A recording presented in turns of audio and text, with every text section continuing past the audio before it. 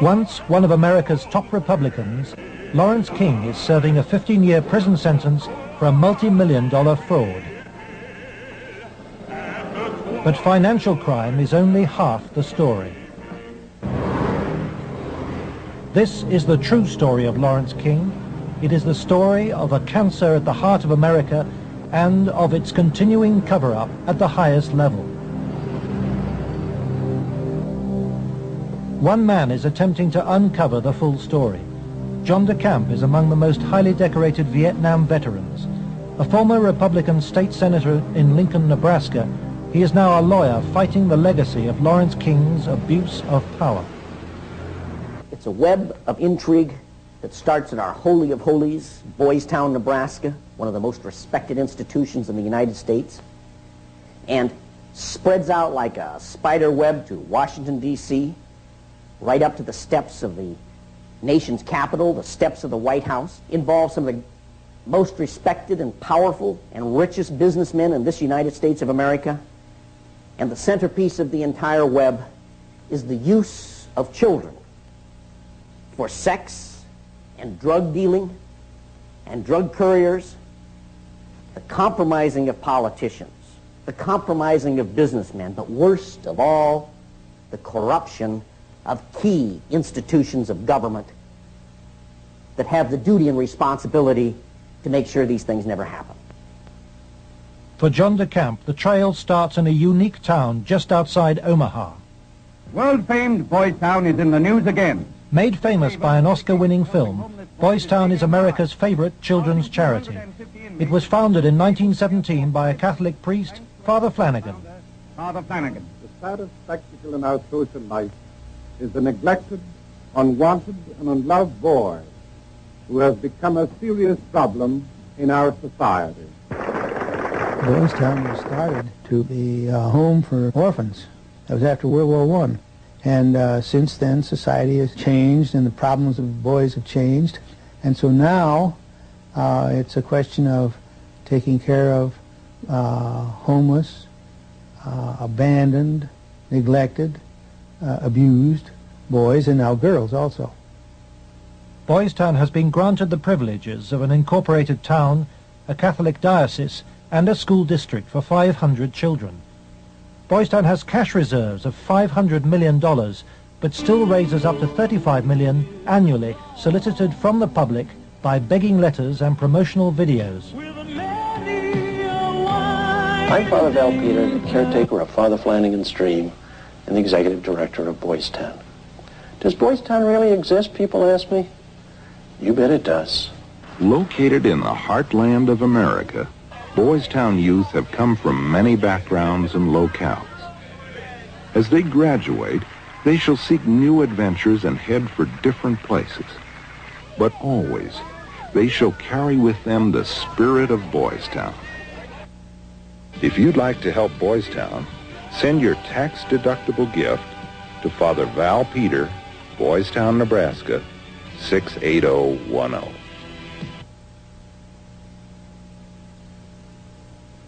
Boys Town, for me, was the first thing I ever heard of when you think of institutions that you respect.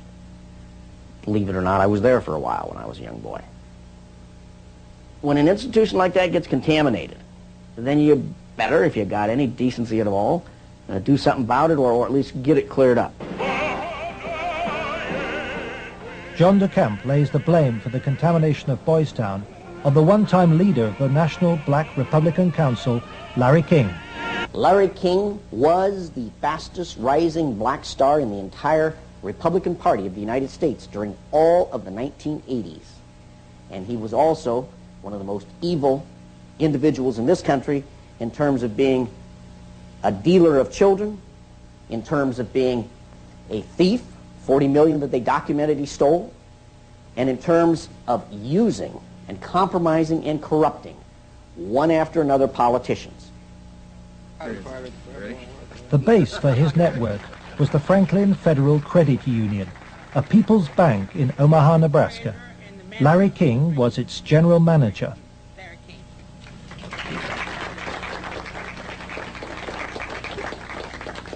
Thank you. This is especially an exciting day for me. Mr. King was a very charismatic person. When he came to the credit union, he was brought in because the credit union was actually failing. He did everything to build the credit union. King courted the leaders of Omaha's wealthy business district. Banks, industry, and charities placed millions of dollars in King's hands. From 1979, Larry King developed close commercial ties to Boys Town, and Boys Town youngsters were sent to work for his companies. Boys Town had quite a few accounts at Franklin Credit Union. Those were considered very valuable accounts. They were handled exclusively by the bookkeeping department. But on the average of once a month or once every 2 months, we always seemed to incorporate a person from Boys Town. But King used Boys Town not just as a source of young boys for his business. He prostituted them at sex and drug orgies. Paul Benassi was a victim of King's abuse. He was also sent by King to lure Boys Town youngsters off campus. We used to just drive around and go up toward the home. That's when we used to do some of the scavenger hunts with picking up some of the kids. You know, just kind of win their confidence, become friends with them for a while. Start inviting them to the parties. The kids were 10 years old or older. In 1986, King's plundering of Boys Town was reported by staff to its chief executive, Father Val Peter. Subsequent testimony proves that he carried out his own investigation, but that King's victims refused to talk to him. Monsignor Hupp now blames himself for Boys Town's association with Larry King. Well, in retrospect, I regret having any association with Larry King. Had I known it at the time, it would never have happened. Could you understand why a very detailed report from a social worker employed at Boys Town, identifying children and identifying their alleged abusers, never saw the light of day? Nothing happened with that. No, I couldn't understand that, because had I known that, I wouldn't put up with that. But is that something like that happened? I don't know of it. Nebraska has a very clear statute that child abuse allegations should be reported to authorities. They shouldn't be reported to the principal of a school, the director of a facility. They should be reported directly to either Child Protective Services or law enforcement. And so Larry King remained free to feed his pedophilic parties with child victims. But in 1988, a routine review brought King's involvement with Boys Town youth to the attention of Nebraska's State Foster Care Review Board. In the information presented to the Foster Care Review Board, either via the telephone reports, the personal reports, or the reports we reviewed, Larry King's name was consistently present as someone that the youth were making allegations against. So I would say we handed over at least a foot-high amount of material to authorities, and nothing happened. Omaha police now accept that Larry King may have been abusing children. Good morning, Roberta. Good morning, Chief. But its most senior officer claims the evidence was not conclusive. It is certainly possible that Mr. King was involved in illegal acts with children. If there was sufficient evidence of those types of allegations, he would have been prosecuted by the county attorney's office. For me, it was very clear that the case was not investigated and not pursued because of the alleged perpetrators. Those perpetrators, named by the children, were some of the richest and most influential citizens in positions of power in the state, men prominent in industry, politics, the media, even the police. We can only name the ringleaders. Besides Larry King, they were department store millionaire Alan Baer and the celebrity columnist of Omaha's only newspaper, the World Herald, Peter Citron. With the judicial system apparently paralyzed, Larry King spent Franklin's money on courting political influence. $10 million went on jewelry, flowers, and private planes. He cultivated contacts in the inner circles of Ronald Reagan's White House. At his palatial homes, 3 in Omaha and 1 in Washington, D.C., he held extravagant parties for the influential and powerful. His lavish spending bought him a protected life. Larry King was constantly heralded, cheered, applauded in the news media as the great businessman that's helping the poor people, the black community of Omaha. But King's extravagance attracted the attention of the Internal Revenue Service. As a result, on April the 11th, 1988, the Franklin Credit Union was raided and closed by the FBI.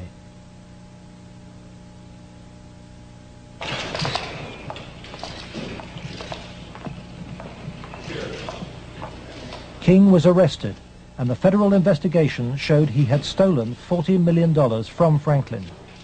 Documents we possess reveal the FBI interviewed many of the victims of Larry King's sex ring, but no action was taken. In November 1988, Nebraska's state government set up a parallel investigation into Larry King. A legislative committee was formed.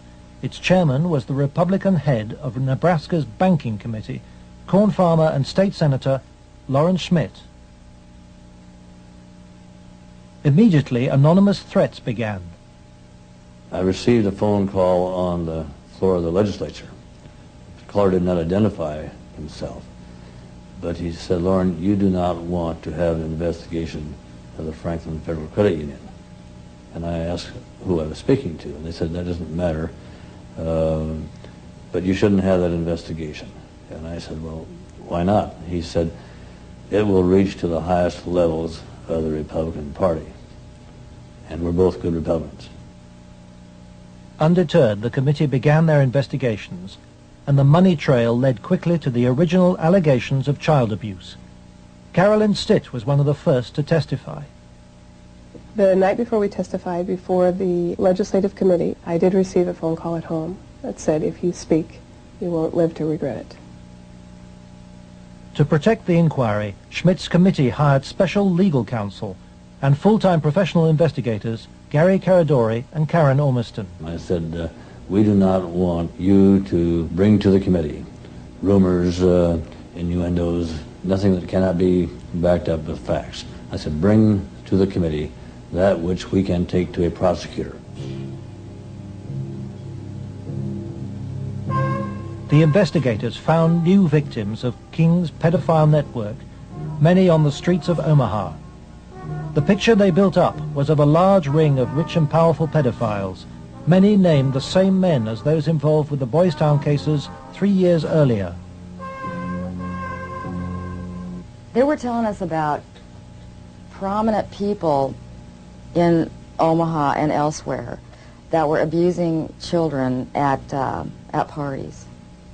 The prominent citizens' names that originally came up were of concern to me because I knew many of those individuals, and I, very frankly, was shocked to have those names show up on the list. To provide the committee with hard evidence, the investigators recorded their new witnesses on videotape. Paul Bonassi had been the victim of abuse since he was 8. He was present at many of Larry King's sex parties. Caradori traced him to the county jail. He had been convicted of fondling his young cousin.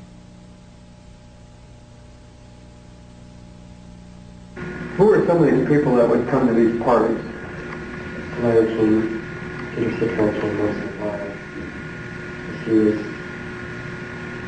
He didn't seem like he wasn't like other people. Media personality Peter Citron procured some of his victims from Boys Town. The kids he liked were mainly around the age of probably about 8 and 13. It was mainly fondling and oral sex with them. He did have some anal sex, but he usually did that with the older kids. The parties involved ever more sadistic abuse. Whenever you were tied up, was there anybody else present other than you, Peter Citron? Yes. Who was that? It was Alan Bear sometimes. Millionaire Alan Bear hosted parties for a large number of sadistic pedophiles. Paul Benassi suffered at their hands. Okay. Yeah. They tied me up and I had some other kids perform sex on me and they were hitting me and they burned me some cigarettes. Okay. Just take a deep breath now.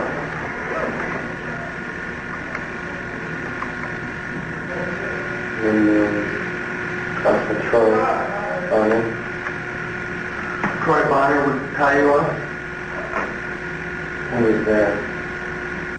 Troy Bonner was found by the investigators and his videotaped testimony taken under oath. I was shocked when I walked in. There was a kid, I would say about 15 years old, out in the middle of the room. One guy was standing in front of him.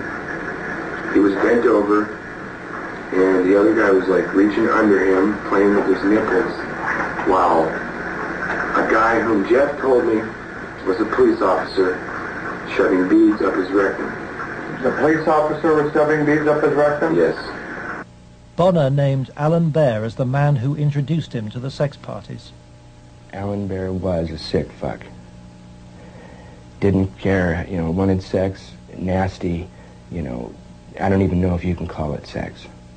Everything, from just, touching to fruit, squash, huge squash, that big around, stuck into you, into your ass,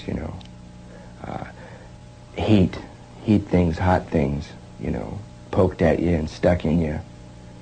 But the center of the child sex ring was Larry King. Larry King was the same kind of sick fuck Alan Bear was, except Larry King was more violent, more sure of himself, I got those scars on my arm one night at a party where Larry King, wanted to see how strong a man we were or something, and have us push our arms together, and then you'd light cigarettes, and as soon as you get burning, you'd just drop them down between your arms and, let it burn. And they made us stand there naked and touch each other by holding our arms together and burn cigarettes where, it's on film someplace. They filmed it, burning, I would, see him fuck a 10-year-old boy in the ass, until he bled and, just pull out and stop and, push him down, and then go out and, meet with decent people. King would also provide underage girls for abuse. Alicia Owen told the investigators she was 15 when she attended her first party, introduced by a Boys Town boy. Caridori discovered her in jail where she was serving a sentence for passing bad checks. I met some guys there that were from Boys Town, and it was at that party that I met Larry King. At the time that I met Larry King, I did not know that he was Larry King. I had met him. It was the first time I'd ever met him. Larry King and Alan Bear frequently hosted the child sex parties in penthouse apartments at the Twin Towers luxury block in Omaha. A lot of it was me handcuffed with my hands behind my head and my feet tied and doing different things. What do you mean? Sometimes there'd be a guy straddling over my face. Okay. Most of the time, Larry King took pictures quite a bit during that time. I know it's difficult. I don't know. Okay. And I think I could have said no. Okay. But I don't know. Okay. And you know, Alicia, you're a victim. And at a young age, let's go off camera for a minute. We were appalled. Appalled. I don't even know if it comes across on the video, the way it came across to us in person. It was incredible. It's incredible what these kids went through, I think. Larry King was also here. He came in and we drank and did cocaine. I didn't do much. He turned me on to it, Larry King did. Drugs was a strong part of how they got control of some of the kids, because that's what some of the kids were there to get. They would do the sexual acts and then be provided with cocaine or whatever type of drug they wanted. Heroin, you know, I don't know, but that was my drug of choice, you know. Till this day, I remain an addict, you know. And those of us that didn't like to be involved and didn't want to be involved were threatened. Okay. Oh, so, and who would do these threatening remarks? Larry King. You think Larry King personally did? I think he did. And when they threatened, that I can go find somebody that will kill you, and it will kill your family, you're not telling anybody. Larry King was, I would say, the center of transporting the children around the country. The airplanes were usually in his name, at least in his name. They were paid for by Larry King. We met them in Pasadena. Met who in Pasadena? We met, Larry King was there. There was 3 boys that I had seen at one of the receptions at the French Cafe were there. And I'm almost positive they were Boys Town boys. Almost positive. They were there. You mean graduates of Boys Town or present? I think they were present because they were young. Well, how would they get away for a long period of time? I have no idea. Okay. Boys Town came up frequently during the investigation, but we found it very difficult to get information about Boys Town. I was not able to find any information on my visit there, and Mr. Caradori could not get information either. Boys Town today remains unwilling to discuss its involvement with Larry King. We were banned from filming at Boys Town, and its public affairs officer refused any interviews. I would have to give you a flat no. I'm just going to tell you at this point that we will not participate with you. We have no interest in talking to you folks. It's something that we don't even care to delve into.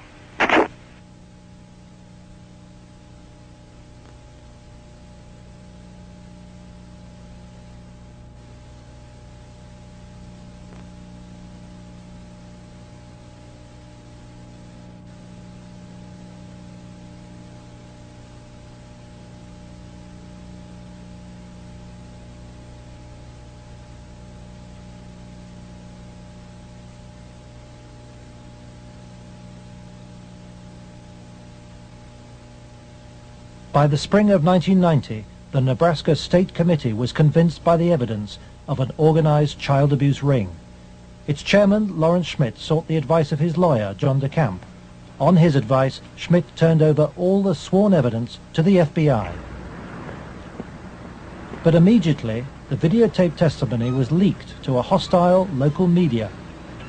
The media immediately started discrediting the witnesses. They were, the witnesses came across in the media, in the Omaha World Herald, especially, as the criminals. The last 3 victim witnesses were demolished by the press, particularly the Omaha World Herald. The paper never looked for information that would support any of the allegations. The whole purpose of the stories was to destroy any credibility that these youth may have. I've heard that people said that Gary Caradori coached me and that he told me what to say, but the fact was I didn't meet Gary Caradori until way after I'd already talked to the Omaha police about the abuse and had named all the same people. Paul Benassi maintains that neither the FBI nor the Omaha police took his allegations seriously. And they didn't ask me very much about Larry King or even Alan Bear at all. They treated the allegations that I made about the people who abused me almost like a joke.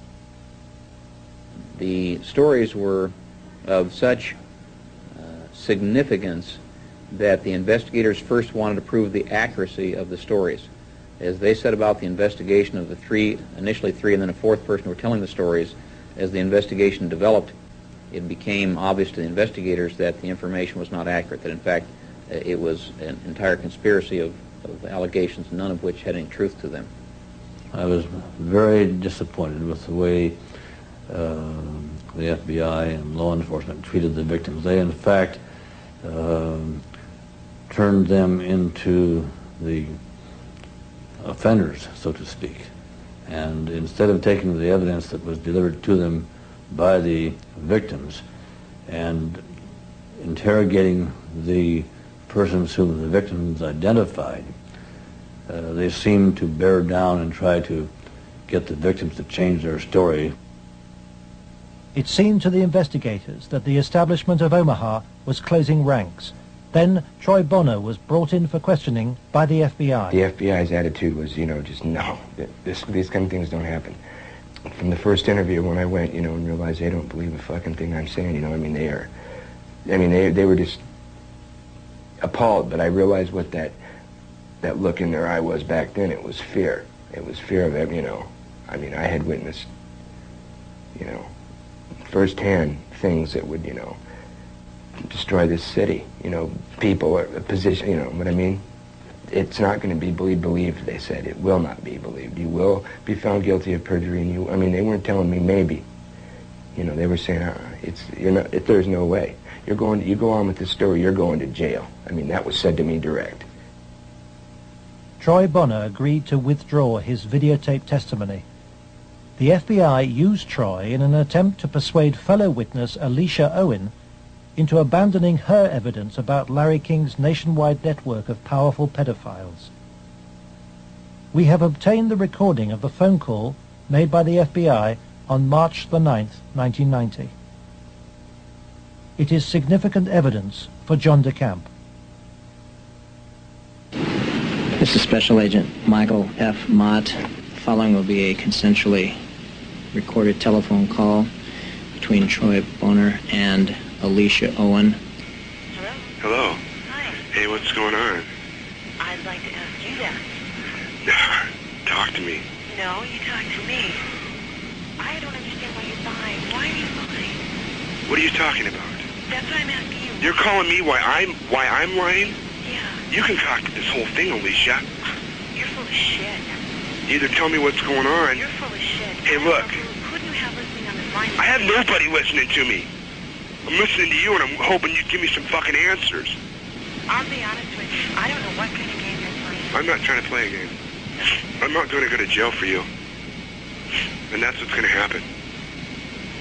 Why would you go to jail? Jail for telling the truth? No, jail for lying. What have you lied about? I haven't lied. Okay, then, but why are... Listen, shut up. Listen to me. You're not out here being talked to them every day. The pressure's kind of hard. You literally have to have bricks for brains to take on the FBI in this country. And that's exactly what you'd have to do this properly. They now, in my opinion, in my investigation, are the architects of the cover-up. We asked the FBI in Omaha for an interview about its investigation of the Franklin scandal. Larry Holmquist for the FBI here. We feel it would be inappropriate for us to comment. We work this with the Omaha Police Department, and we just don't feel it would be appropriate for us to make comments.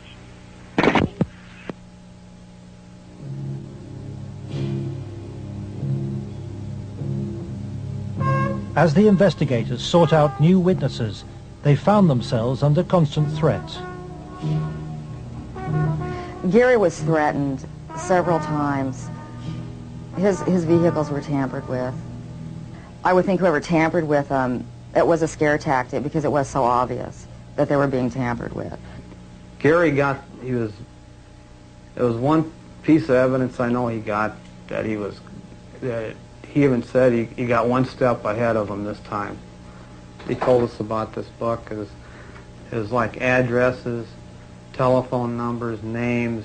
He said if they knew he had it, they'd kill him. On July the 11th, 1990, Gary Caradori and his 8-year-old son AJ were flying home from Chicago in his light aircraft. They had watched the All-Star baseball game, and Caradori had been pursuing new leads. Investigators from the National Transportation Safety Board are in Harold Cameron's cornfield trying to determine what caused this private plane to crash, killing its 2 occupants. The bodies of Gary Caradori and 8-year-old AJ were found in the wreckage.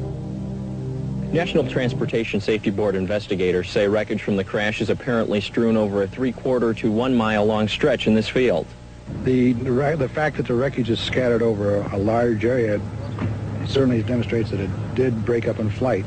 The exact mechanism of breakup yet is still unknown. The federal investigation was never able to discover what tore the plane apart. There are things missing from the plane. His briefcase is missing. I think the plane was sabotaged. There's no doubt in my mind. Within 24 hours of the tragedy, all Caradori's records were impounded by the FBI. Gary's widow, Sandy, is still unable to come to terms with her loss. As a mother, I don't want to ever think that somebody murdered my child, let alone my husband. But I think if you'd ever talk to any parent, be it mother or father, who's ever lost a child, I mean, the worst thing that you can think of is that somebody would want to murder a child. I really feel that somebody killed my brother. And inside me, I know that somebody killed my brother. If somebody could help us out somewhere, somebody knows something. And may God help those who did that to him and his family.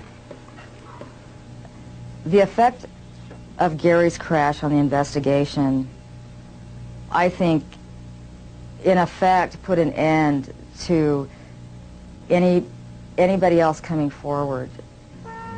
There are many victims. We knew of more. There are more. They're still out there. They're afraid to come forward. That's when I was finished, because I figured out if they murdered Gary and his son, there was nothing that would stop them. There was no piece of paper. There was nothing we could come up with that was going to get anything done.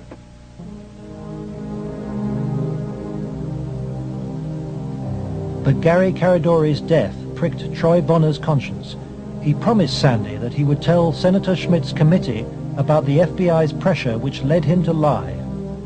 I set the record straight. I was, going to do it. And would, the truth would come out, and somebody would be held accountable for his death. And then at the funeral I had seen, FBI guys, and they looked at me. I was supposed to meet Senator Labetz and Schmidt for lunch after the funeral. And, that's when I decided, I told my mom, we're not going to do the lunch. We're going to hightail it out of Lincoln now. Troy Bonner claims that pressure from the FBI and with the assistance of the county attorney's office in Omaha led him to swear a new statement claiming that he and Alicia Owen had concocted the entire child abuse story.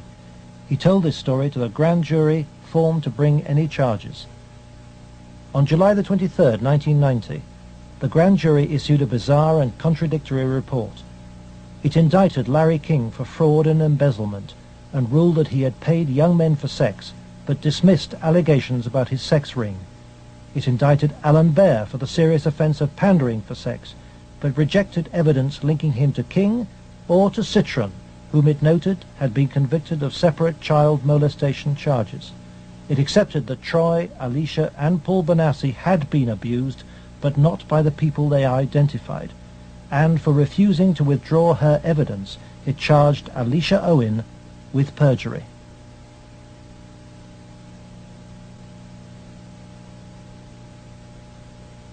Lawrence Schmidt's legislative committee issued a report denouncing the grand jury. Schmidt acknowledges that the system failed both the victims and him. I had, I think, as distinguished a record as anyone could put together in 24 years. I was told that would be curtailed, and it was. I was told I'd have financial problems, and I did. The message was not lost on most politicians in Nebraska. I think the message that was delivered was, if any legislative committee ever tries to conduct a thorough investigation again, the same thing will happen.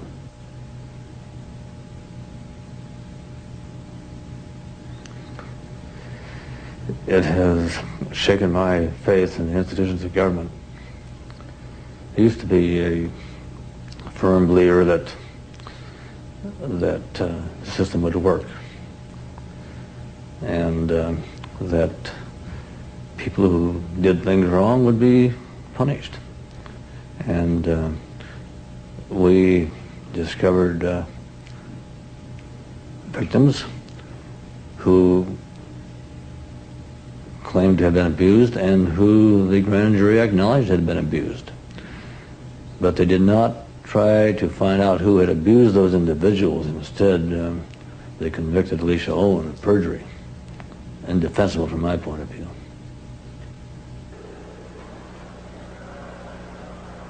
The trial took place in July 1991. Troy Bonner testified that the child abuse story had been an invention.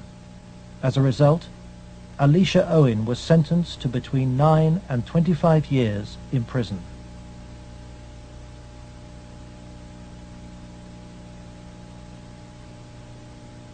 I can't find a case in the history of this country where some kid got sentenced to 25 or 30 years in prison for something like this.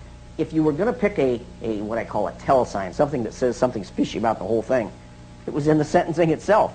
For some reason, they had to send a signal to every kid who was a potential witness. My opinion again. A signal so loud and clear, if you dare to come forward, if you dare to talk, watch what happens. Alan Baer was fined $500 after pleading no contest to a reduced charge of aiding and abetting prostitution. Peter Citron served 2 years of a 3 to 8 year sentence. Thanks to Troy Bonner's lies, Larry King never faced child sex charges. For the $40 million fraud, he was given a 15-year sentence, 10 years less than Alicia Owen. I feel really sick. I should be taken out and shot for doing that. And if that was to happen, I would go willingly.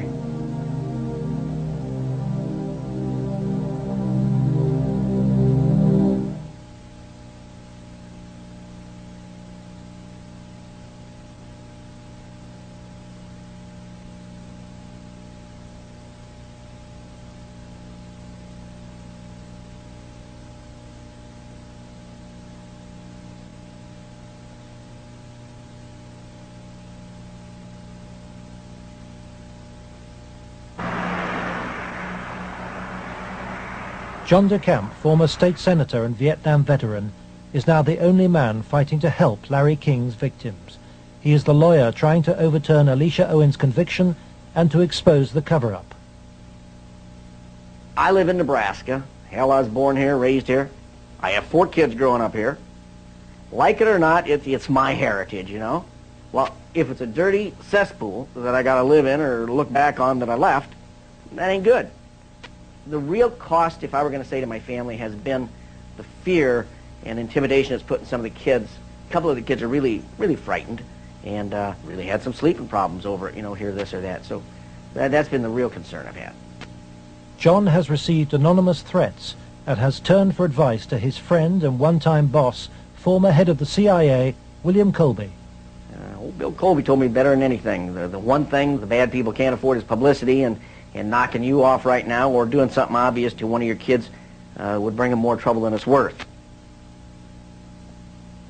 I said, you have to consider the possibility of some danger to not only your reputation, but to your person. I mean, people do react rather violently to some kinds of charges, or particularly if they're true, there's more apt to be a negative reaction than if they're false.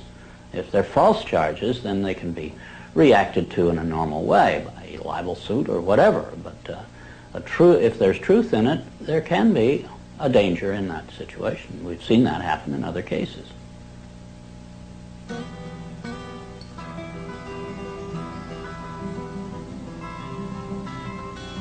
John arranges to meet Troy Bonner, the young man he sees as the key to the cover-up. He's in great danger. The reason is he carries the secret, so to speak. He served his purpose for the FBI and others by committing the lies that put the seal on the cover-up. He knows that Troy's evidence will be crucial to Alicia Owen's case, and Troy wants to tell the truth, despite very real fears. My fears are that, I'm not going to be believed again. It's just, going to be a whole other kind of exploitation like it was last time. And afraid that that's going to happen, or, I might end up dead, or a loved one might end up dead. Troy has an overriding reason for putting the record straight. Maybe somebody has a better idea. I want this to go forward and have something done so that all those other kids who a lot worse things have happened to can come forward and see that action can be taken. You have to, if you want to protect yourself and your life and your family's life, both now and particularly in the future, is to use the institutions of government that have been set up to protect you and make them work. That means you go into federal court, you go after the people that have done this cover-up, and you expose it so there's no longer any percentage on their part in eliminating you because the secret's out. Yeah, that's why we're here today, to let it out. John's advice to Troy to tell the truth in court puts him at risk of prosecution by the county attorney's office.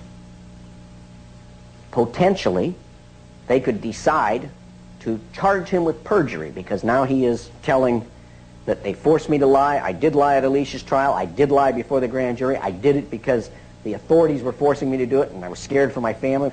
Potentially, they could charge him with perjury this time. Troy's appearance in court will keep Alicia Owen out of prison. She's on bail while DeCamp appeals against her perjury conviction.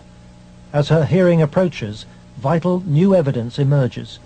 Alicia claims that some of Troy's videotaped testimony was withheld from the grand jury which indicted her. The tapes that were shown to the grand jury had been edited. Everything that matched Troy's statement Was shown. that matched mine 'Cause I know it's was raised. edited out. And I think maybe one of the things we want to do is show the judge specifically where these, little 5-minute segments of, look, this tape says this, and then show him it isn't in this tape, and this is the tape the grand jury saw. I'm going to attempt to get these tapes, and we'll see what happens next. But to obtain the tapes, DeCamp must approach some of the very officials he has accused in court of being involved in the cover-up, the county attorney's office which ran the grand jury. In the good old Alicia Owen case, 127-194, I'm trying to get the evidence, the tapes and the transcripts of Troy and Danny. Troy Boner. Get that up here once. Yeah. It's up at the county attorneys. They have all the bills up there. Oh. Robert. Let me guess. Robert Siegler has them. Robert Siegler is the prosecuting attorney trying to send Alicia Owen back to prison. After lengthy negotiations, DeCamp emerges with the tapes the grand jury never saw. I went with $4,000. I got $4,000 of cocaine. Okay, and what airline? In more than 2 hours of taped testimony, Troy details trips across America on behalf of Larry King and Alan Baer. Trips for drug deals and sex. It corroborates Alicia's evidence. Fort Worth, like an hour, and then a big plane from Dallas to Los Angeles. Did anybody go with you? Alicia Owen. For John de Camp, this is the proof of the King sex ring for which he has been waiting. Here it is, so to speak, the smoking gun that they could go out and verify, the corroboration. In other words, the linkage to King that was denied. Cover-up. Organized, planned, deliberate cover-up.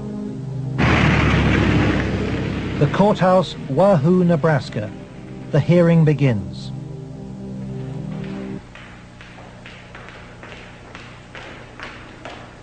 Alicia Owen is ready to testify. So is Paul Bonassi. But there is no sign of Troy Bonner.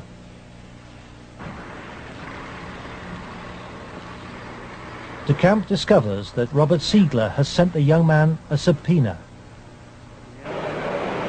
Fearing arrest for perjury, Troy has gone into hiding. De Camp is without his most vital witness. Just try and subpoena him with this kind of stuff. Is Troy okay? In court, Alicia's case is adjourned. The county attorney's office begins to search for Troy Bonner, but County Attorney Siegler won't say why. I'd like to ask you whether you're about to charge Troy Bonner with perjury. Oh, no. Every victim witness who stepped forward in any way, or even was a potential witness that somebody heard about, has either been killed, put in jail under some theory or other, terrified or run out of the state, discredited. Every perpetrator, even the convicted ones, have been treated as conquering heroes. Peter Citron lives in the same house where he abused many of his young victims. Alan Baer lives in the most exclusive part of Omaha. He recently bought a downtown shopping mall. Many of the other abusers named by the children have risen within Nebraska's state government and legal system and within the Republican Party.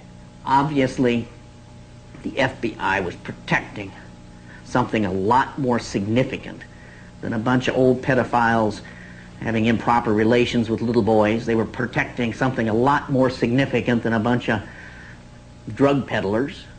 They were protecting, in my opinion, they were protecting some very prominent politicians, some very powerful and wealthy individuals associated with those politicians and the political system, up to and including the highest political people in this entire country.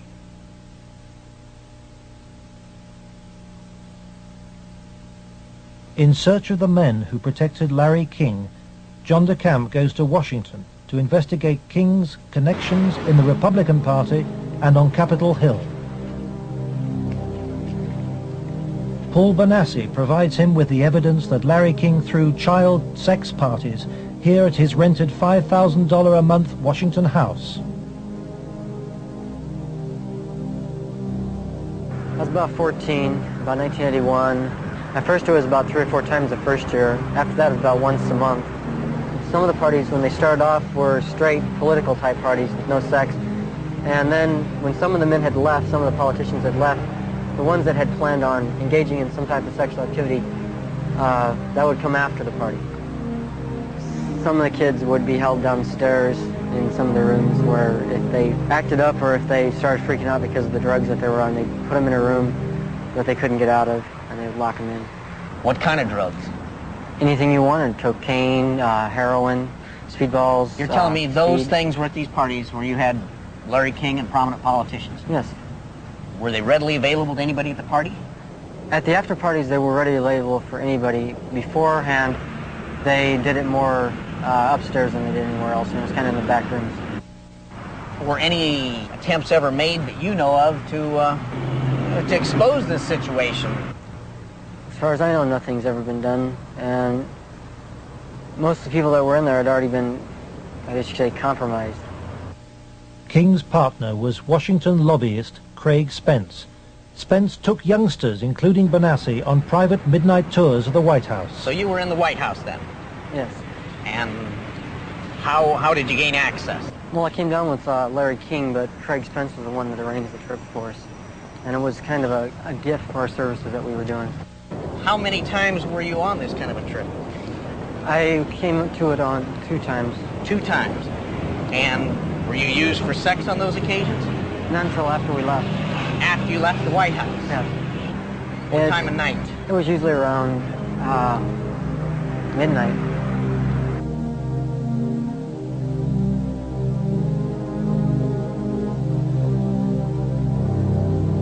For me, it was just kind of weird being in the White House at that time of the night and getting to go into places that the guy was telling us that nobody gets to go to. I mean, I seen rooms in there that I'd never even heard about. Craig Spence and Larry King had a couple of groups. One was called Bodies by God, and they had the Call Boys, and there was another group that was started by Larry King, which was called the Golden Boys, which was kids that were usually under the age of approximately 10. Spencer's Callboy network was investigated in 1989 by reporter Paul Rodriguez of the Washington Times. We had uncovered a series of allegations from some minors, and it led me to a callboy operation. Well, it sure fits with, this boy Paul Benassi. And he tells a tale of being brought to the White House on occasion, kind of as a reward for the kid. Craig Spence's dad, he committed suicide. He had advanced stages of AIDS. He was an AIDS carrier, and he killed himself. This was the thing that always bothered me. They claimed it was the largest male prostitution ring in the city that they've ever had uncovered. It was $1 million a year minimum. Yeah. And yet they only prosecuted the operator, Henry Vinson, and 3 of his lieutenants, as it were. Mm-hmm. They never went after any of the Johns or the clients. This operation claimed to have clients that ran from the White House to the Capitol Hill to the State House to the churches within the media. Exactly what Paul describes as the people he was with. And a lot of the stuff led there, but we couldn't quite nail it at all cases because, again, to accuse someone of high stature, you've got to be very careful. I understand. We were able to do it through the mother lode was provided us credit card receipts and canceled checks, and then lists of the clients. The prosecutors knew all this stuff. There was approximately 20,000 documents they had. They sealed the entire record by court order, and we've attempted on several occasions to unseal that, and we've been told it'll be a cold day in hell before those records ever get unsealed. And it makes me wonder what's in those records. Yeah. John DeCamp believes that the legal system is still being subverted and that the people protected are still at the heart of the American establishment.